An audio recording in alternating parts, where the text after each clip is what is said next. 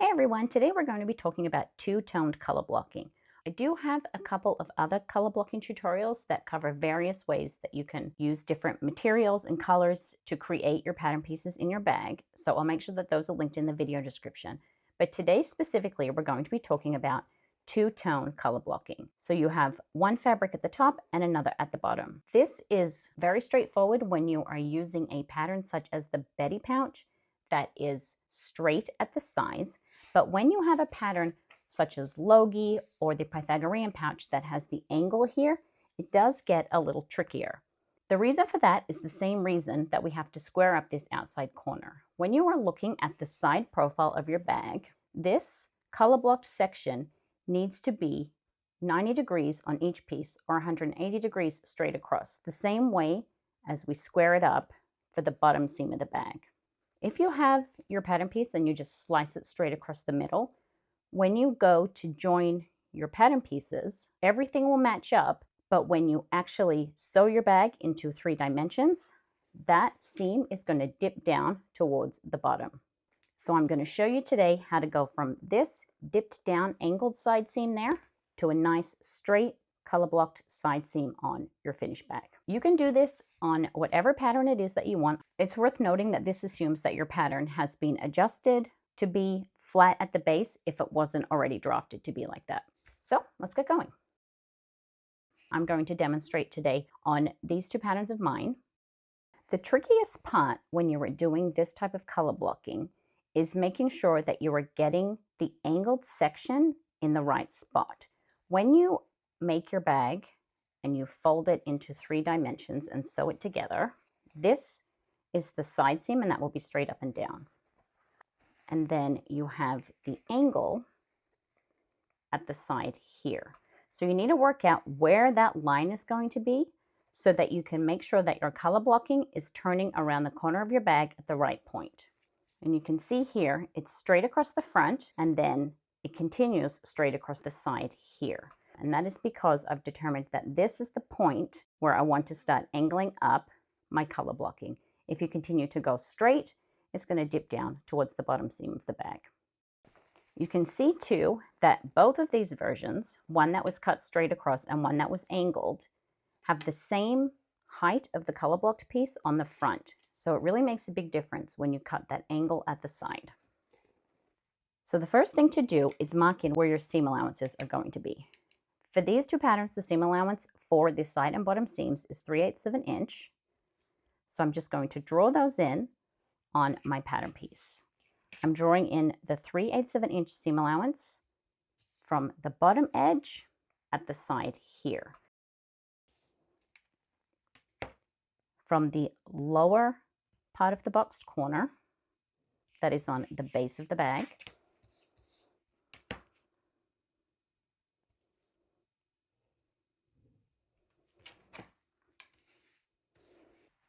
and then what I'm going to do is extend this line all the way up. This line is what corresponds to that side part of the bag. Something that's important to recognize when you're doing this is which part of your pouch corresponds to which part on your finished bag.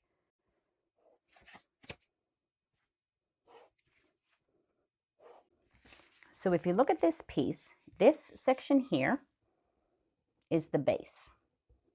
You're not going to see that. That is the part that is on the ground. This is the side, and this is the other side. And this here is the main part of the bag, front or back. So now we can work out where we want our color blocking to be. If you want a 1-inch tall section on your finished bag, you're going to measure that from this line here. So I'm going to draw 1 inch up from this line where I've marked the seam allowance. So this is because once you take your seam allowance at the bottom and the sides of your bag, this section here is what marks the bottommost section of your bag. It's not in line with where your boxed corner is because of the seam allowance that will pull that fabric in there. So this section here corresponds to this line here. So on this one that I've made, I've only got a very short color blocked section. So you can determine how high you want that to be, measuring from this line. You're then going to take the same measurement and go across at the side. Now where those two lines cross is not going to be where this initial seam allowance line is, and that is because of the angled side, and that's fine, that's the way it's supposed to be. If rather than angling that up, we just kept going straight across, like this, then when we finish our bag and the side is sitting flat, you can see that this will angle down, and it's the exact same principle as we covered in the Better Box Bottoms video. So that is why we need to angle it up. So that's really all that we're doing. We're just squaring up this outside corner where we are doing our color blocking so that we get the flat join on the side. So you're going to do that on both sides.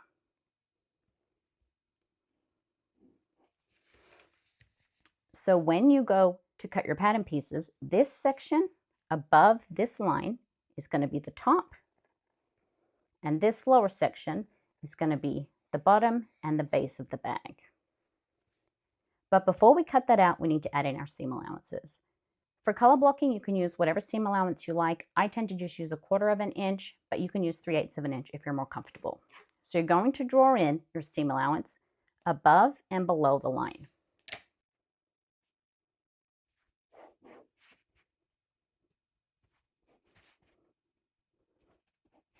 And again, the point that the lines are crossing over has moved in a little further than where this line is, and that is fine because that is accurate with how this bag is going to sit. This is just to give you an idea of approximately where the front of your bag will be on the finished bag. So this line here is the seam allowance for the lower section. So this entire part is the lower section, but we also need the upper section. So we need to do a seam allowance below the line. I don't want to get too confusing here, so I'm going to color this in.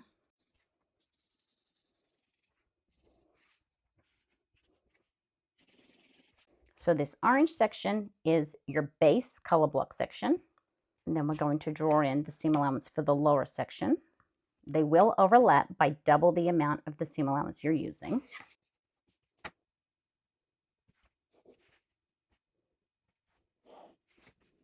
And then the lower line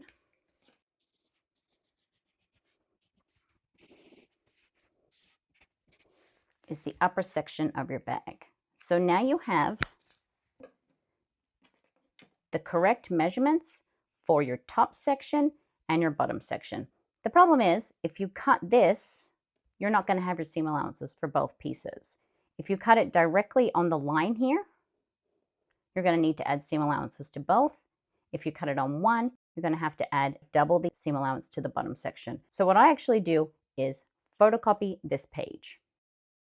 You can photocopy to get the second copy, or you can just go through that process again on a second pattern piece. But I do find that when you have the angle here, it's easier to have two separate pieces rather than add in your seam allowance when you are going to cut out your pattern pieces. So you can see that I have my main bag piece that comes to the lowest of the lines and my base piece that comes to the highest of the lines, and they overlap. And that is my seam allowance there. So the overlap should be equal to double whatever seam allowance it is that you were using. I'm going to demonstrate on the Logi Pouch too, and then I'm going to show you how to actually sew those pieces together with the angle at the side. So the same way as we did on the Pythagorean pouch, I'm just going to draw in that approximate side there and the side seam allowance. And that's my starting point for doing my color blocking. I'm going to add an inch for how far I want it to come up. And then I'm going to add in my seam allowance.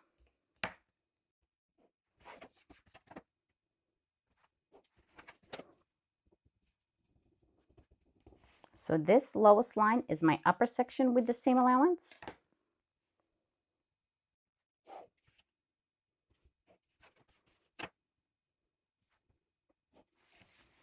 And this line is my base section with my seam allowance. So I need to cut 2 of these so that I have a pattern piece for the bottom that has a seam allowance and a pattern piece for the top that has a seam allowance. Now, rather than have you watch me do that again, I did it earlier. So I have my upper pattern piece that reaches the lower line and my lower pattern piece that reaches the upper line. And now I'm going to show you how to sew that together. And you can see on this piece, when we bring it around to the side, pretending that this was a front and a back, and you sew that side seam, it's going to line up and it's going to be nice and straight. When I'm doing color blocking like this, I find that it is very helpful to have my seam allowances drawn in. I like to draw them in on the side that is convex rather than the concave side. So I'm going to draw that in on the back here, making sure that I'm using the same seam allowance as I added when I was figuring out my pattern pieces.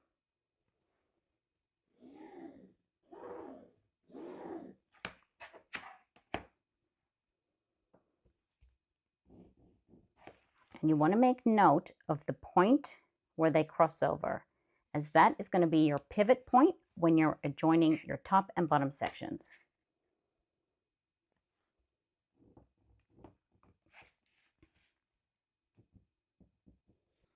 The other thing that we need to do is make a small snip at that point there where it angles up.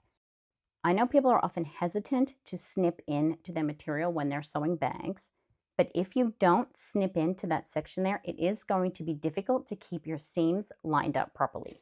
So we're just going to do a very small snip, only about 1/8 of an inch.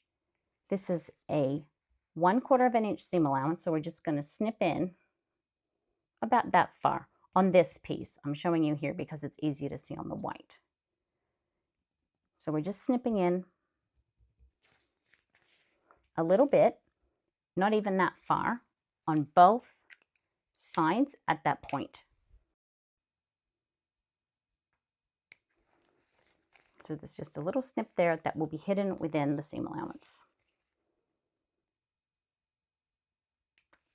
The other thing that we're going to do is mark our centers.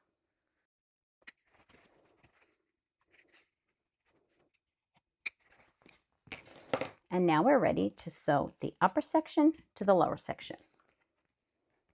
Normally when I am sewing, I like to match up my centers and then clip along. The problem is on this, matching up my center and then clipping along is going to cause my material to not sit quite flat. So we're actually just going to start at one end and work our way across. Now you can see here that the point here does not match up with the point there. However, if I draw in my seam allowance on the lower piece as well, and then I match up the outside edge, that point there corresponds to the point where they cross over on the back. And if you're not certain, you can take a straight pin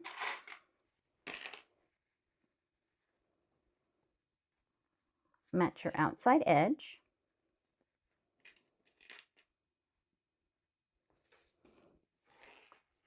poke it through the point where the lines cross, and that should match up with where they cross on the back. That's kind of hard to see, but the point is right here. And it does correspond with where it crosses over on the front. So I know that my pivot point is in the right spot. So we're going to head over to the sewing machine. I sew with the convex side up, and then as I sew along, where we've made that little snip, we will straighten out the lower pattern piece. It's going to be easier to show you as we go. So what we're doing here is what is sometimes called a Y seam, and we're just going to be sewing on the line that we drew on the upper piece, and we're going to move the lower piece across to meet it as we go. So the first thing that we're going to do is sew the straight section down to the point that I've marked with this arrow.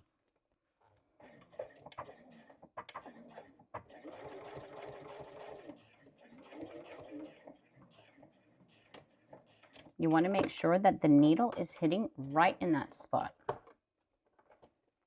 Then raise your presser foot, and what you're going to do is pull your lower section straight and match up the center marks that we made on both upper and lower sections. The reason that you can pull that straight is because of that little snip that we made at this point.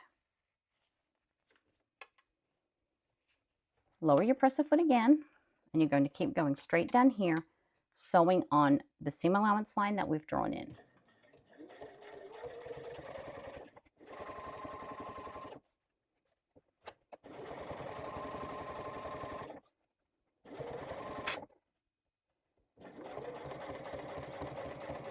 Stop at the second point where your lines cross over. And we're going to pivot again. So pull that last little bit of the bottom section out straight, again made possible because of that little snip.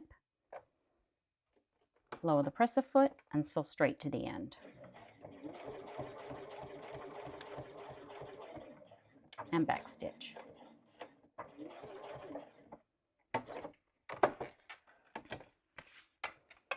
So it's looking a little bit wonky right now, but when we fold that top section up and flatten out that seam, you can see that it is sitting nicely and that we have our angled bit at the side. And once we've top stitched, that will match the first side. When you're top stitching your color blocking, you can choose to butterfly your seam or to sew it to one side. I'm going to butterfly this out. You can put a little snip in the top section after you've sewn it if you want so that it sits flatter. This is cotton canvas. It is interfaced, but it is not particularly thick, so I think it's going to be okay. Flatten out your seam, and when you're happy, you can go ahead and top stitch that join.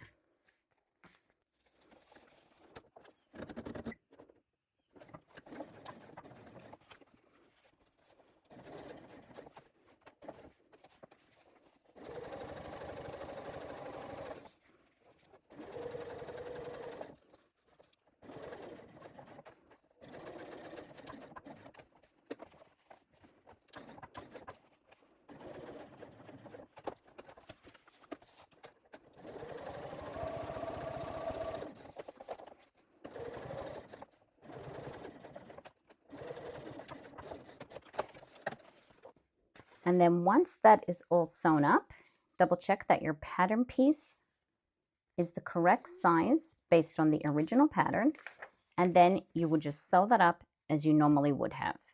I am going to see if I can draft you pattern templates for doing the color blocked versions of both the Logi Pouch and the Pythagorean pouch, but in the meantime, I really think you should try testing that out yourself and see what you can come up with.